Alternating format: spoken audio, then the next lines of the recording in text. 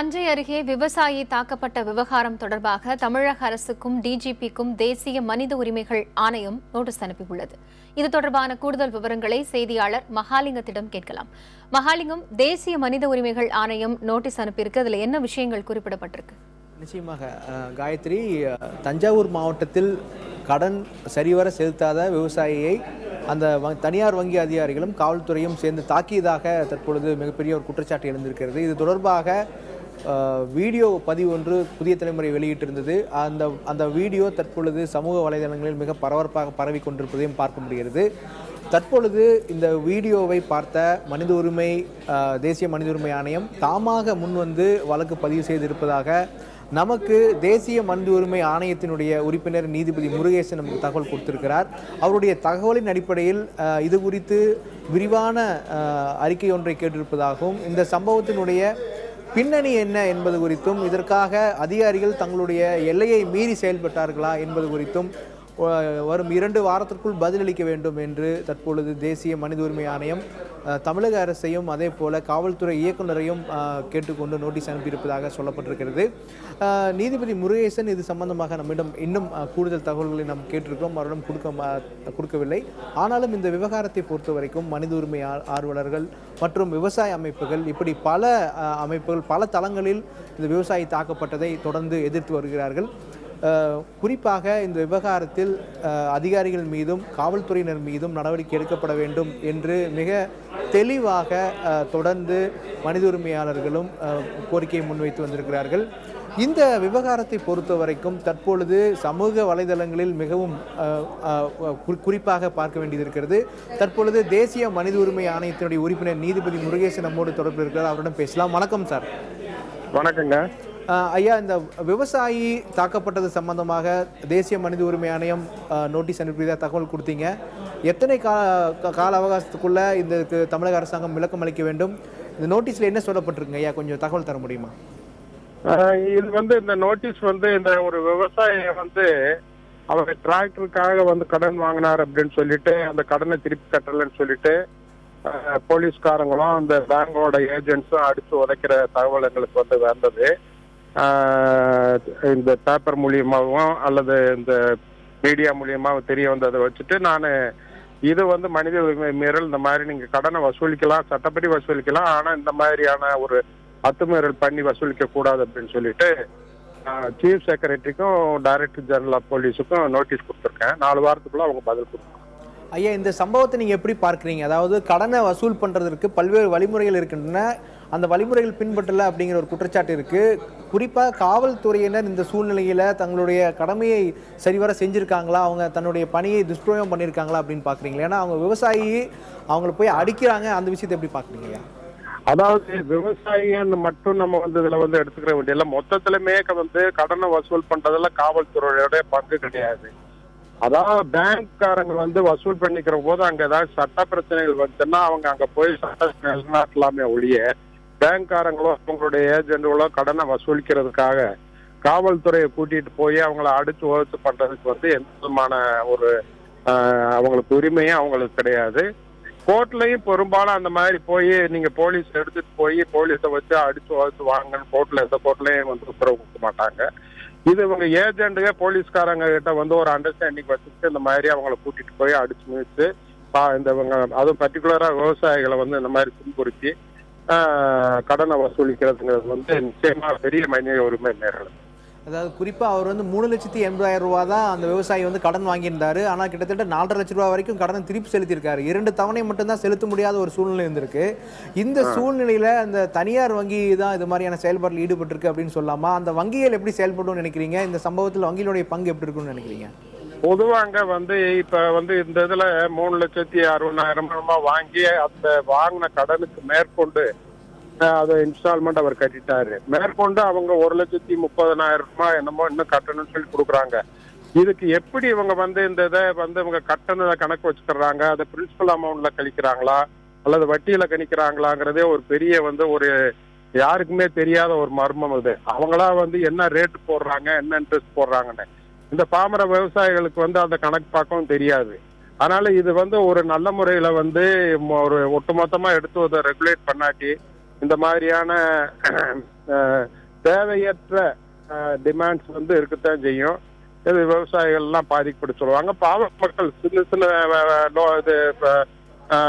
Loan எடுக்கிறவங்க எல்லாம் நிச்சயமா பாதிக்கப்பட்டு செய்வாங்க. இன்னொரு விஷயம் சொல்லப்படுது, விவசாய கடன் பெறுவதிலேயே கடுமையான சிக்கல் இருப்பதாகவும், விவசாய கடன் நோக்கி வாங்க செல்லும் பொழுது வங்கிகளை புறக்கணிக்கிறதாகவும், ஒரு கடுமையான அழுத்தத்துக்கு பிறகுதான் அந்த விவசாய கடனை வாங்க வேண்டிய ஒரு சூழ்நிலை இருப்பதாகவும் தமிழகத்தில் பல்வேறு விவசாய சங்கங்கள் குரல் கொடுத்துட்டு வராங்க.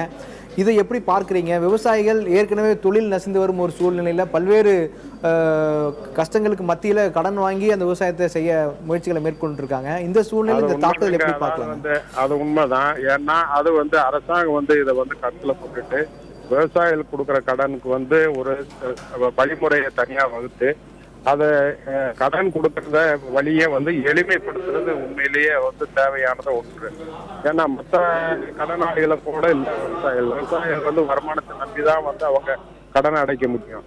அதனால வந்து அவங்களுக்கு கொடுக்க வேண்டிய கடனை வந்து வாங்குற போது அவங்களுக்கு உள்ள வழிமுறைகளை எளிமையாக்கணும். அது அரசாங்கத்துடைய கடமை. இந்த விவகாரத்தை பொறுத்த வரைக்கும் காவல்துறையினர் தாங்கள் அது போன்ற ஒரு சம்பவத்திலேயே ஈடுபடவில்லை அப்படிங்கிற ஒரு விளக்கத்தை எங்களுடைய செய்தியாளருக்கு அங்கே பாப்பாநாடு காவல் நிலையத்திலேருந்து கொடுத்துருக்காங்க. ஐயா, அதை எப்படி பார்க்குறீங்க? இன்னொன்று, இப்போ நோட்டீஸ் விடுத்தது அடுத்த கட்டமாக எது மாதிரியான ப்ரொசீடிங்ஸ் இருக்கும்? வழக்கமாக தேசிய மனித உரிமை ஆணையம் வந்து நோட்டீஸ் கொடுப்பாங்க, அதுக்கப்புறம் எதுவுமே பண்ணுறதில்லைங்கிற ஒரு குற்றச்சாட்டும் இருக்குது. எப்படி பார்க்குறீங்க? அந்த மாதிரி இல்லைங்க. எங்களுக்கு வந்து ரிப்போர்ட் நாங்கள் இது கேட்டு அந்த ரிப்போர்ட் பிரகாரம் வந்து நாங்கள் சட்ட பிரகாரம் நாங்கள் ஆக்ஷன் எடுப்போம். அவங்க இல்லைன்னு சொன்னா கூட எங்களுடைய டீம் அனுப்பிச்சு கூட நாங்க விசாரிக்கிறதுக்கு எங்களுக்கு உரிமை இருக்குது. அதையும் நாங்க செய்வோம். எங்களுக்கு அவங்க ரிப்போர்ட்டினுடைய திருப்தி அடிக்கலைன்னா, உண்மையிலேயே வந்து அவங்க செஞ்சது வந்து இந்த மாதிரி வந்து கொடுமைப்படுத்திருக்காங்க அப்படின்னு தெரிஞ்சுன்னு சொன்னா நிச்சயமா அவங்க பாதிக்கப்பட்ட விவசாயிக்கு நஷ்டம்.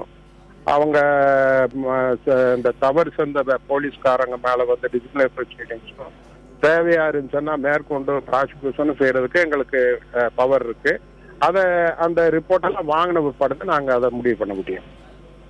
நீங்க சொல்ற குற்றச்சாட்டு வந்து மனித உரிமை நோட்டீஸ் கொடுக்க மனித உரிமை ஆணையம் வந்து நோட்டீஸ் கொடுத்த பிற்பாடு மேற்கொண்டு எதுவும் நடத்துறங்கிறது வந்து அது வந்து சரியான தகவல் இல்லை. உங்களுக்கு தொலைபேசி வாயிலாக பல்வேறு தகவலை பகிர்ந்துகிட்டீங்க. ரொம்ப நன்றிங்க ஐயா. நாம் தற்பொழுது நமது செய்தியாளர் சார்லஸ் களத்தில் இருக்கிறார், பாப்பாநாட்டில் இருக்கிறார். காவல் நிலையத்தின் முன்பு தற்பொழுது விவசாயிகள் போராட்டத்தில் ஈடுபட்டு கொண்டிருக்கிறார்கள். சார்லஸிடம் பேசலாம். சார்லஸ், இப்போது அங்கே எது மாதிரியான ஒரு சூழல் இருக்குது? விவசாயிகள் போராட்டத்தில் ஈடுபட்டிருக்காங்கன்னு சொன்னீங்க. தற்பொழுது இது குறித்து தேசிய மனித உரிமை ஆணையம் தமிழக அரசுக்கு நோட்டீஸ் ஒன்று கொடுத்திருக்கிறார்கள். 2 வார காலத்திற்குள் முழுமையான ஒரு அறிக்கை ஒன்றை தாக்கல் செய்ய வேண்டும் என்று சொல்லியிருக்கிறார்கள். உங்களோடு இருக்கும் விவசாயிகள் இதை எப்படி பார்க்கிறார்கள் சார்லஸ்? மகாலிங்கம், அதற்கு முன்னதாக நேரடியாக இப்போ காட்சிகளை பதிவு செய்யலாம். விவசாயிகள் இப்போ தற்போது வந்து தங்களுடைய போராட்டத்தை துவக்கியிருக்காங்க. அதாவது ஆர்ப்பாட்டமாக இப்போ வந்து துவங்கி இருக்கு. இவர்கள் அனைவருமே இந்த பாப்பாநாடோடைய பஸ் ஸ்டாப், அதாவது பேருந்து நிலையத்துக்கு எதிரே வந்து இந்த விவசாயி தாக்கப்பட்டதை கண்டித்து அவங்க தொடர்ந்து அவர்கள் இப்போ தற்பொழுது வந்து இந்த ஆர்ப்பாட்டத்தில் ஈடுபட்டு வராங்க. அந்த நேரடி காட்சிகள் தான் பார்த்து கொண்டிருக்கிறோம். மகாலிங்கம் அவர்கள் வந்து தொடர்ந்து, அதாவது முதற்கட்டமாக இந்த போராட்டத்தை துவக்கி உள்ளதாகவும், தாக்குதல் நடத்திய காவல்துறை மீது உடனடியாக நடவடிக்கை எடுக்க வேண்டும் என்ற கோஷங்களை வலியுறுத்தி அவங்க தொடர்ந்து வந்து போராட்டத்தை துவக்கியிருக்காங்க. நேரடியாக, அதாவது விவசாயிகள் அனைவருமே இதில் வந்து ஒன்று சேர்ந்து பாப்பாநாடு பஸ் ஸ்டாப் எதிரே வந்து இந்த போராட்டம் நடைபெற்று வருகிறது. இது தொடர்பாக வந்து தொடர்ந்து ஏற்கனவே வந்து டெல்டா மாவட்டங்கள் முழுவதுமே இன்று விவசாயிகள் வந்து கடுமையான கண்டனத்துடன் ஆர்ப்பாட்டத்தை நடத்தி வந்தாங்க. நாகப்பட்டினம் பகுதியில் வந்து விவசாயிகளும் இன்று காலை வந்து போராட்டத்தில் ஈடுபட்டாங்க. தற்பொழுது வந்து இந்த பாப்பாநாடு பகுதியில் விவசாயிகள் தங்களுடைய போராட்டத்தை துவக்கியிருக்காங்க. இது தொடர்பாக வந்து தொடர்ந்து, அதாவது நீங்கள் ஏற்கனவே கேட்டது போல அவர்கள் இப்ப தற்போது இந்த போராட்டத்தில் ஈடுபட்டு வரக்கூடிய சூழ்நிலையில இந்த மனித உரிமை ஆணையம் தமிழக அரசுக்கு கொடுத்துள்ள நோட்டீஸ் கொடுத்து அவரை நேரடியாக கேட்கலாம். இப்ப முக்கியமாக இப்ப தற்போது வந்து மனித உரிமை ஆணையம் வந்து தமிழக அரசுக்கு நோட்டீஸ் கொடுத்திருக்காங்க. இதை எப்படி பாக்குறீங்க?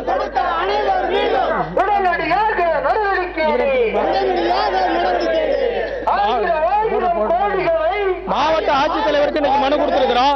நாளைக்கு தமிழ்நாடு மனித உரிமை ஆணையத்துக்கு நாளைக்கு புகார் கொடுக்க இருக்கிறோம்.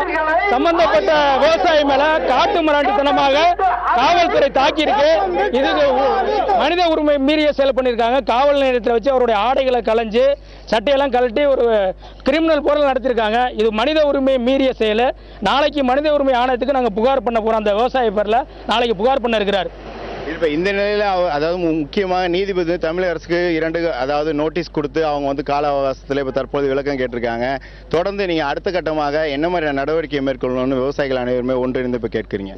இல்லை, இந்த சட்டவிரோதமாக நடந்துகிட்டத காவல்துறை மேலே குறிப்பிட்ட காவலர்கள் மீது உடனடியாக துறை வாரியான நடவடிக்கை எடுக்கணும். உடனடியாக பணியிடை நீக்கம் செய்யணும். அவங்க மேலே தொடர் நடவடிக்கை எடுக்கணும். இந்த ஃபைனான்ஸ் கம்பெனி நிதி நிறுவனம் சட்டத்துக்கு புறம்பாக நடந்துகிட்டு இருக்காங்க. அந்த நிதி நிறுவனத்தை தமிழ்நாட்டிலேருந்து முடக்குவதற்கான நடவடிக்கையை நீதிமன்றம் எடுக்கணும். பாதிக்கப்பட்ட விவசாயி அந்த டிராக்டர் ரெக்கவரி பண்ணியிருக்காங்க, உடனடியாக ஒப்படைக்கணும். அந்த 3 கோரிக்கையை தான் நாங்கள் மாவட்ட ஆட்சியர்கிட்ட வச்சிருக்கிறோம். இல்லை, இப்போ இந்நிலையில் இன்று காலை வந்து பாலன் கூட வந்து மாவட்ட ஆட்சியரிடம் மனு கொடுத்தாங்க. அவருடன் பேசிவிட்டு பேசலாம். சாமி நடராஜன், பாலன் இப்போ இன்று காலை மாவட்ட ஆட்சியரிடம் மனு கொடுத்தீங்க. தஞ்சை மாவட்ட ஆட்சியரிடம் என்ன உங்களுக்கு பதில் கொடுத்தார்? என்ன மாதிரி நடவடிக்கை எதிர்பார்த்திருக்கீங்க? சார் அங்கே இல்லை, ஆனால் அதன் மூலமாக என்ன நினைக்கிறேன்னு கேட்டீங்கன்னா, என்னை அடிச்சிருக்காங்க காவல்துறையும் அந்த குண்டார ஆட்களும். அவங்க மேலே தக்க நடவடிக்கை எடுத்து அவங்களுக்கு என்ன அந்த இடத்த விட்டு அந்த சீட்டை விட்டு கிளப்பணும். அது மட்டும் இல்லாமல் என்னுடைய டிராக்டர் அந்த எந்த இடத்துல எடுத்தாங்களோ அதே இடத்துல வேணும். அது மட்டும் இல்லை, என்னுடைய செக்கிலிப்பு வாங்கி வச்சிருக்காங்க. அதை வச்சுக்கிட்டு அவங்க மேலே மிரட்டிருக்காங்க. 11 லட்ச ரூபா அவங்க மேலே கிரிமினல் வழக்கு போட முடியும் அப்படின்னு சொல்லியிருக்காங்க. அது மட்டும் இல்லை, என் மன உளைச்சலை இங்கேருந்து போனோடனே ஒரு இது மாதிரி சட்டையை நான் பிடிச்சி கிழிச்சு அங்கே சட்டையை அவுத்து கையில் அவுத்து சட்டியோட நின்று அப்படின்னு சொல்லி ஒரு பெரிய நான் என்னமோ தேச துரோகம் மாதிரி என்னை டீல் பண்ணிக்கிட்ட காவல்துறையான அதிகாரி இன்ஸ்பெக்டரை உடனடியாக இந்த நேரத்திலேயே இடைநீக்கம் செய்ய வேண்டும். அது மட்டும் இல்லாமல் அவரோட சேர்ந்திருந்த ஒரு ராஜா என்கின்ற ஒரு சார் டிஎஸ்பி சார் சொல்லிட்டு போற சட்டையை கொடுங்க அப்படின்னு சொல்லிட்டு என்ன கம்ப்ளைண்ட் கவுண்டர் நேர தொடையில வந்து ஏறி நிக்கிறாப்ல. உட்கார்ந்து இருக்க சும்மா கீழே அது நேர தொடையில இருந்து ஏறி நிக்கிறாப்ல. பேசலாம் பாலன் அவர்களை. முக்கியமாக நீதிபதி முருகேசன் அவர்கள் மனித உரிமை, அதாவது இது மனித உரிமை மீறப்பட்டிருக்கு, இது தொடர்பாக தமிழக அரசு உடனடியாக விளக்கம் தரணும் நோட்டீஸ் கொடுத்திருக்காங்க. இதற்கு உங்களுடைய கருத்து? அரசாங்கம் தக்க நடவடிக்கை எடுக்குங்கிற நம்பிக்கையோடு நாங்கள் இருக்கிறோம். இருந்தாலும் அரசாங்கத்தினுடைய கவனத்துக்கு போகணுங்காக தான் இந்த ஆர்ப்பாட்டத்தை நடத்திட்டு இருக்கிறோம். முதல்ல சொல்ல நாங்கள் விரும்புவது, காவல்துறை ஒரு மனித உரிமை மீறல் செயல் நடந்ததை மிக வன்மையாக நாங்கள் இந்த நேரத்தில் கண்டிக்கிறோம். அதன் மேலே அரசாங்கம் சம்பந்தப்பட்ட காவல்துறை அதிகாரிகள் மீது, காவல்துறையினர் மீது நடவடிக்கை எடுக்கணும். அதே போல் இதற்கு ஆதாரமாக இருக்கக்கூடிய அந்த கோடக்கு கம்பெனி, மகேந்திரா கம்பெனி, இவர்களெல்லாம் ஏவிவிட்டு இந்த செயல்களில் மனித உரிமை மீறல் செயல்களை ஈடுபட்டிருப்பதை அந்த கம்பெனி மேலேயும் உரிய நடவடிக்கை எடுக்கணும் அப்படிங்கிறத நாங்கள் இந்த நேரத்தில் கேட்டுக்கிறோம். இதன் மேலும் தொடர் போராட்டங்களை நாங்கள் மேற்கொண்டு நீதி கிடைக்கிற வரை நாங்கள் தொடர் போராட்டங்களை மேற்கொள்வோங்கிறத இந்த நேரத்தில் சொல்லிக்கிறோம். முக்கியமாக அதாவது மகாலிங்கம் இப்போ தற்போது அவர் வந்து ஆர்ப்பாட்டத்தை துவக்கியிருக்காங்க. நீங்கள் ஏற்கனவே கேட்டது போல அவர்கள் அனைவருமே வந்து இதற்கான நீதி கிடைக்க வேண்டும் என்று போராட்டத்தையும் துவக்கியிருக்காங்க. இன்று காலை வந்து பாலன் அவர்கள் மாவட்ட ஆட்சியிடம் மனு கொடுத்திருக்காரு.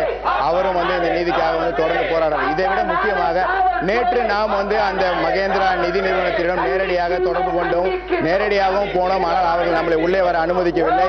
அவர்கள் அதற்கான விளக்கத்தையும் இதுவரை தரவில்லை. நேற்று அவர்கள் அந்த நிதி நிறுவனத்துடைய அந்த முக்கியமான பிரதானமான கதவை இழுத்து சாத்தி அவர்கள் நேற்று வந்து யாரையும் உள்ளே அனுமதிக்காமல் இருந்தாங்க.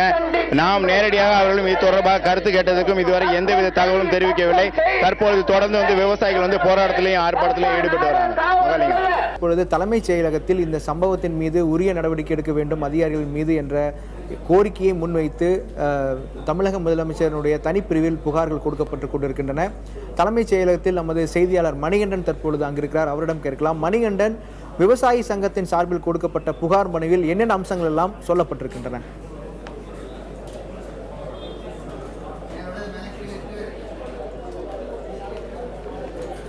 மகாலிங்கம், தஞ்சாவூர் மாவட்டத்தைச் சேர்ந்த இந்த விவசாயி தாக்கப்பட்டதை அடுத்து பலதரப்பட்ட மக்கள் இது தொடர்பாக புகார்கள் அளித்த வண்ணம் உள்ளனர். தற்போது அனைத்து விவசாய சங்கங்களின் கூட்டமைப்புடைய ஒருங்கிணைப்பாளர் PR பாண்டியன் அவர்கள் தலைமை தேர்தல் அதிகாரி ராஜேஷ் லக்கானை சந்தித்து ஒரு புகார் மனு அளித்திருக்கிறார். இதில் அந்த விவசாயியை தாக்கிய காவல்துறை அதிகாரிகள் மீது நடவடிக்கை எடுக்க வேண்டும், அவருக்கு உரிய இழப்பீடு வழங்க வேண்டும் உள்ளிட்ட கோரிக்கைகள் அடங்கிய மனுவை தற்பொழுது அவர் தலைமை தேர்தல் அதிகாரியிடம் கொடுத்துள்ளார். இது குறித்து நாம் அவரிடமே கேட்போம். வணக்கம் சார், தலைமை தேர்தல் அதிகாரி சந்திச்சிருக்கிறீங்க, என்ன மாதிரியான கோரிக்கைகளை விடுத்திருக்கீங்க? பாலா மீது தாக்கப்பட்ட தாக்குதல் என்பது ஒட்டுமொத்த விவசாயிகளையும் அவமானப்படுத்தின விதமாக இன்றைக்கு ஒட்டுமொத்த தமிழக விவசாயிகள் ஒன்று திரண்டிருக்கிறோம். இந்திய அளவில் இந்த பிரச்சனையை கொண்டு செல்வதற்கான முயற்சிகளை மேற்கொண்டிருக்கிறோம். முதற்கட்டமாக எங்களுக்கு மனித உரிமை ஆணையமே இப்பொழுது அந்த தமிழக அரசிற்கும் காவல்துறை தலைவருக்கும் விளக்கம் கேட்டு நோட்டீஸ் அனுப்பியிருப்பதே நாங்கள் முதற்கட்ட வெற்றி. எனவே இதனை தொடர்ந்து இதில் தொடர் நடவடிக்கை மேற்கொள்ள வேண்டும். எனவே தேர்தல் ஆணையம்தான் இதுக்கு பொறுப்பேற்று இன்றைக்கு தமிழக ஆகவே தலைமை தேர்தல் ஆணையரை சந்தித்து வலியுறுத்தியிருக்கிறோம். என்ன மாதிரியான கோரிக்கைகள் வச்சிருக்கீங்க? அதாவது அந்த பாலன் என்கிற பாஸ்கரனை தாக்கப்பட்ட காவல்துறையின் மீது நடவடிக்கை எடுக்கணும்னு கூறியிருக்கீங்களா? வேற என்ன மாதிரியான கோரிக்கைகள் இதில் இடம்பெற்றிருக்கு உங்க மனுவில்? பாலன் என்கிற பாஸ்கரனை தாக்குதல் நடத்தி அடித்து உதைத்து அவமானப்படுத்திய அந்த பாப்பநாடு காவல் ஆய்வாளர் உள்ளிட்ட 5 காவலர்கள் மீது உடனடியாக பணி நீக்கம் செய்யப்பட வேண்டும். அவர்களோடு இணைந்து அந்த மகேந்திரா கோட்டக் மகேந்திரா நிறுவனத்தினுடைய குண்டர்களும் சென்று தாக்கியிருக்கிறார்கள். அவர்கள் மீது உரிய நடவடிக்கை எடுக்கப்பட வேண்டும். அவருக்கு மீது பொய் வழக்கு போடுவதற்காக ஒரு பொய் புகாரை எழுதி வாங்கியிருக்கிறார் அந்த காவல் ஆய்வாளர். அதை வாங்கி அந்த புகாரி நடவடிக்கை எடுக்காமல் இருப்பதற்கு 5000 ரூபாய் லஞ்சமும் அவரிடத்திலே பெற்றிருக்கிறார். அவரிடத்திலே ஒரு பொய் வாக்குமூலமும் பெற்றிருக்கிறார். அந்த புகார் உண்மைதான், இனி அப்படி நடக்க மாட்டேன் என்று அவரிடத்தில் எழுதியும் வாங்கியிருக்கிறார். ஒட்டுமொத்தமாக காவல்துறை திட்டமிட்டு விவசாயிகளை அவமானப்படுத்த வேண்டும் என்பதற்காக பாப்பாடு காவல் ஆய்வாளர் செயல்பட்டிருக்கிறார். எனவே அவர் பணி நீக்கம் செய்யப்பட வேண்டும். அவரோடு சென்ற காவலர்கள் பணி நீக்கம் செய்யப்பட வேண்டும். அந்த குண்டர்கள் மீது உரிய நடவடிக்கை எடுக்கப்பட வேண்டும். பாதிக்கப்பட்டிருக்கிற குடும்பத்திற்கு 10 லட்சம் ரூபாய் நிவாரணம் வழங்கப்பட வேண்டும். அவரிடத்திலே எம்டி செக்குகள் பெற்றிருக்கிறார்கள், நிரப்பப்படாத காசோலைகள், அதையெல்லாம் திரும்ப வழங்கப்பட வேண்டும். அவர் உயிருக்கும் அவர் குடும்பத்திற்கும் தமிழக அரசு உரிய பாதுகாப்பை வழங்க வேண்டும் என்று வலியுறுத்தியிருக்கிறோம். இது மாதிரி கடன் பெற்றவர்கள்கிட்ட இருந்து வசூல் செய்வதற்காக ஏதாவது ஒரு வழிகாட்டுதல் இருக்கா? ஏற்கனவே உச்சநீதிமன்றம் ஒரு வழிகாட்டுதல் இருக்கு, அதன்படிதான் தற்பொழுதும் இந்த முறை கடைபிடிக்கப்பட்டிருக்கிறீங்களா? அந்த கோட்டக் மகேந்திரா நிதி நிறுவனமும் சம்பந்தப்பட்டிருக்கிற பாப்பாநாடு காவல் ஆய்வாளரும் உச்சநீதிமன்ற உயர்நீதிமன்ற தீர்ப்புகளை தவறாக பயன்படுத்தியிருக்கிறார்கள், வழிகாட்டுதல்களை தவறாக பயன்படுத்தியிருக்கிறார்கள். உச்சநீதிமன்றமும் சொல்லியிருக்கிறது, ரிசர்வ் வங்கியும் சொல்லியிருக்கிறது, மத்திய அரசும் சொல்லியிருக்கிறது, விவசாயிகள் கடன் வசூல் பிரச்சனையில் அணுகுமுறையில் மாற்றம் இருக்கிறது, உரிய முறையில் அணுகப்பட வேண்டும் என்று சொல்லியிருக்கிறார்கள். இது சட்டத்திற்கு புறம்பாக அடித்து உதைத்து இவருடைய டிராக்டரை பறிமுதல் செய்வதற்கு உயர்நீதிமன்றம் அனுமதி வழங்கப்படவில்லை. திட்டமிட்டு உயர்நீதிமன்றத்தில் கூட இவர்கள் தவறான தகவல்களை கொடுத்துத்தான் இந்த உத்தரவை பெற்றிருக்க வேண்டும். எனவே உத்தரவு பெற்றிருக்கிற அதே நேரத்தில் உத்தரவை மதிப்பதற்கு விவசாயிகள் தயாராக இருக்கிறார்கள். ஆனால் அதை எடுத்து வந்து உயர்நீதிமன்ற தீர்ப்பு என்கிற பெயரில் விவசாயியை அடித்து கொடுமைப்படுத்த அவமானப்படுத்துவதற்கு யார் அவருக்கு அனுமதி கொடுத்தது என்றுதான் இன்றைக்கு இந்தியா முழுமையிலும் கேள்வி எழுந்திருக்கிறது. அதை தான் மனித உரிமை ஆணையமும் கேட்டிருக்கிறது. சார், இப்போ இவர் எவ்வளவு கடன் வாங்கியிருக்கிறாரு? இந்த அளவுக்கு ஒரு கொடூரமான ஒரு தாக்குதல் நடத்திய அந்த டிராக்டரை பறிமுதல் செய்ய வேண்டிய அவசியம் என்ன? கடந்த 4 ஆண்டுகளுக்கு முன்னதாக ஒரு டிராக்டர் பெறுவதற்காக 3,85,000 ரூபாய் கடனாக பெற்று மீத தொகையை அவர் பங்கீடு செய்திருக்கிறார். ஆகவே 4 ஆண்டு காலம் தவணை தவறாமல் செலுத்தியிருக்கிறார். 4,4 லட்சம் ரூபாயை செலுத்தியிருக்கிறார். கடன் வாங்கியது 3.85 லட்சம், ஆனால் செலுத்தியிருப்பது 4.25 லட்சம். கடனுடைய நிலுவை காலம் என்பது 5 ஆண்டுகளுக்குள்ளாகவே இந்த தொகை செலுத்தப்பட்டிருக்கிறது. ஓராண்டாக அவர் அந்த நிலுவையில் 2 தவணைகள் நிலுவையில் இருக்கிறது. ஆகவே 2 தவணை நிலுவையில் இருப்பதை காரணம் காட்டி இவர்கள் உயர்நீதிமன்றம் சென்றது எந்த வகையில் சென்றார்கள், எப்படி தகவல்களை கொடுத்தார்கள் என்பதை முரண்பாடாக இருக்கிறது. காரணம், இது உயர்நீதிமன்றத்தையும் தவறாக பயன்படுத்தியிருப்பார்களோ என்கிற அச்சம் எங்களுக்கு வந்திருக்கிறது. நான் இந்த நேரத்தில் பகிரங்கமாக வேண்டுகோள் வைக்க கடமைப்பட்டிருப்பது, பல வழக்குகளில் உயர்நீதிமன்றங்கள் உச்சநீதிமன்றங்கள் தானே வழக்கை எடுத்து விசாரணை நடத்தி தண்டனை அளித்திருக்கிறார்கள். இந்த வழக்கிலும் பாலா என்கிற பாஸ்கரன் சம்பந்தப்பட்ட வழக்கிலும் உயர்நீதிமன்றம் தானே வழக்கை பதிவு செய்து உயர்நீதிமன்றமே இதற்கு நல்ல தீர்வை காண வேண்டும் என்று நாங்கள் விரும்புகிறோம். நிச்சயமாக சார். மகாலிங்கம், உயர்நீதிமன்றமே இந்த வழக்கை முன்வந்து தானாக எடுத்து இந்த வழக்கை கொடுத்து விசாரிக்க வேண்டும் என்று PR பாண்டியன் தெரிவித்திருக்கிறார். அது மட்டுமல்லாமல் தலைமை தேர்தல் அதிகாரியை சந்தித்து பாலா என்கிற பாஸ்கரன் தாக்கப்பட்டதற்கு அதற்கு காரணமான காவல்துறை அதிகாரிகள் மீது நடவடிக்கை எடுக்க வேண்டும் என்றும் அவர் கோரிக்கை விடுத்திருக்கிறார். மகாலிங்கம், நன்றி மணிகண்டன். இந்த விவகாரத்தில் காவல்துறையினுடைய செயல்பாடு குறித்து பல தரப்பிலும் விமர்சனங்கள் முன்வைக்கப்பட்டிருக்கின்றன. இது குறித்து பேசுவதற்காக ஓய்வு பெற்ற காவல்துறை அதிகாரி கருணாநிதி நம்மோடு தொலைபேசி வாயிலாக இணைந்திருக்கிறார். அவரிடம் பேசுவோம். வணக்கம் சார். வணக்கம், சொல்லுங்க. நீங்க அந்த வீடியோ கிளிப்பிங்கை பார்த்திருப்பீங்கன்னு நினைக்கிறீங்க. அதுல மிக தெளிவா நீங்க பார்க்க முடியுது, காவல்துறையினர் அந்த விவசாயியை அடிக்கிறாங்க, துன்புறுத்துறாங்க.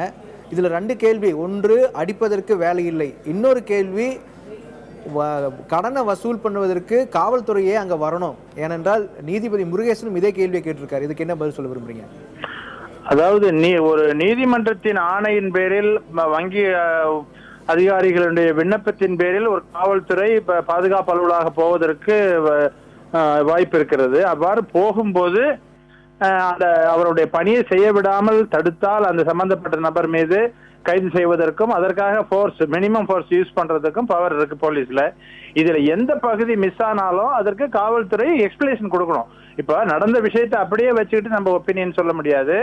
இது எந்த வகையில நீதிமன்றத்தின் ஆணை இருந்ததா, வங்கி அதிகாரியோட விண்ணப்பம் கொடுக்கப்பட்டதா, அவர் போகும்போது அந்த நபர் தடுத்தாரா? இப்ப அதாவது எடுத்திருக்கிற இது இப்போ ஒரு பகுதியில காவல்துறைகள் அவங்க மினிமம் ஃபோர்ஸ் யூஸ் பண்ணதுதான் தெரியுது. பட் அது எந்த ஃபோர்ஸ் யூஸ் பண்ண வேண்டிய அவசியம் என்ன? இந்த நீதிமன்றத்து ஆணையை அவர் பார்த்தாரா, பார்த்ததுக்கு அப்புறம் அவருடைய பதில் என்ன அப்படிங்கறதெல்லாம் விசாரணையில் தெரிஞ்சுதான் நம்ம சொல்ல முடியும். நீதிமன்றம் விவசாயியை தாக்க உத்தரவு கொடுத்திருக்கா அப்படிங்கிற தாக்குவதற்காக எந்த நீதிமன்றமும் உத்தரவு போடாது. நீதிமன்றம் அவரிடமிருந்து ஒரு பொருளை கைப்பற்றலாம் அப்படின்னு ஒரு உத்தரவு பிறப்பித்திருந்தால் அதற்கு வங்கி அதிகாரிகள் விண்ணப்பம் கொடுத்து காவல்துறையினுடைய பாதுகாப்பு அலுவலை கேட்டு பெற்றிருந்தால் அதை நிறைவேற்றுவதற்கு பாதுகாப்பு அளிக்க வேண்டிய கடமை காவல்துறைக்கு இருக்கிறது. இது குறித்து அந்த விவசாயி நாம் பேசினோம். அவங்க என்ன சொல்லியிருந்தாங்கன்னா 2 தவணை மட்டும்தான் செலுத்த முடியல, தற்பொழுது அறுவடைக்கு பிறகு அந்த தொகையை செலுத்துறதா சொல்லியிருக்காரு.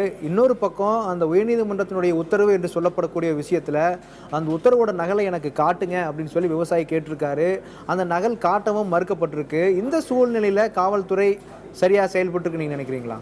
அதாவது இவர் அவர் சொல்வதை மட்டும் நம்ம கேட்டுக்கிட்டு நம்ம சொல்ல முடியாது.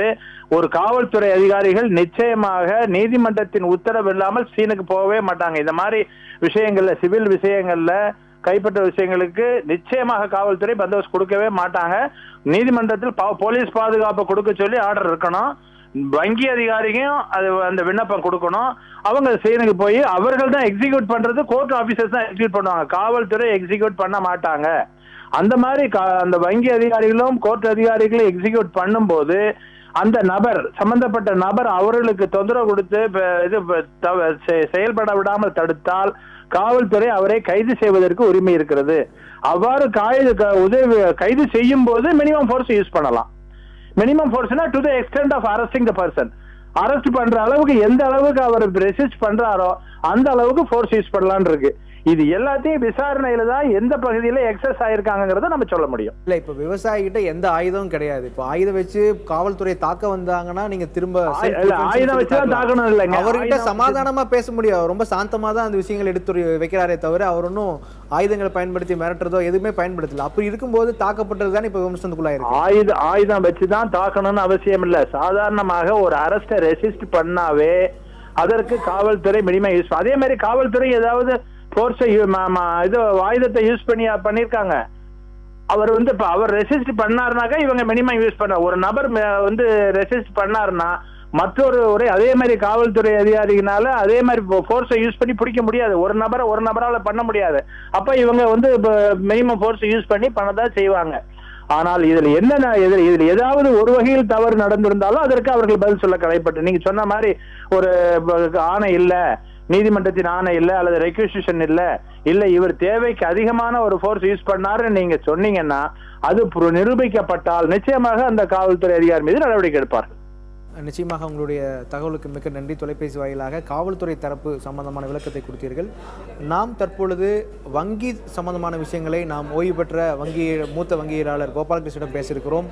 குறிப்பாக தனியார் வங்கிகள் எல்லாம் முறையாக இந்த கடன் வசூல் செய்வதில் விதிகளை பின்பற்றுகின்றனவா என்ற கேள்வி பலருக்கும் இந்த கேள்வி இருக்கிறது. கோபாலகிருஷ்ணன் ஐயா, இணைப்பில் இருக்கீங்களா? இருக்கேன்.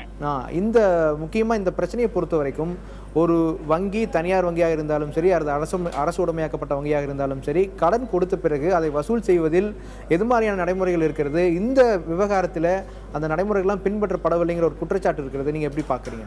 அதாவது தனியார் வங்கியா இருந்தாலும் சரி, பொதுத்துறை வங்கிகளா இருந்தாலும் சரி, சட்டத்திட்டங்கள்லாம் ஒரே மாதிரி தான் இருக்கு.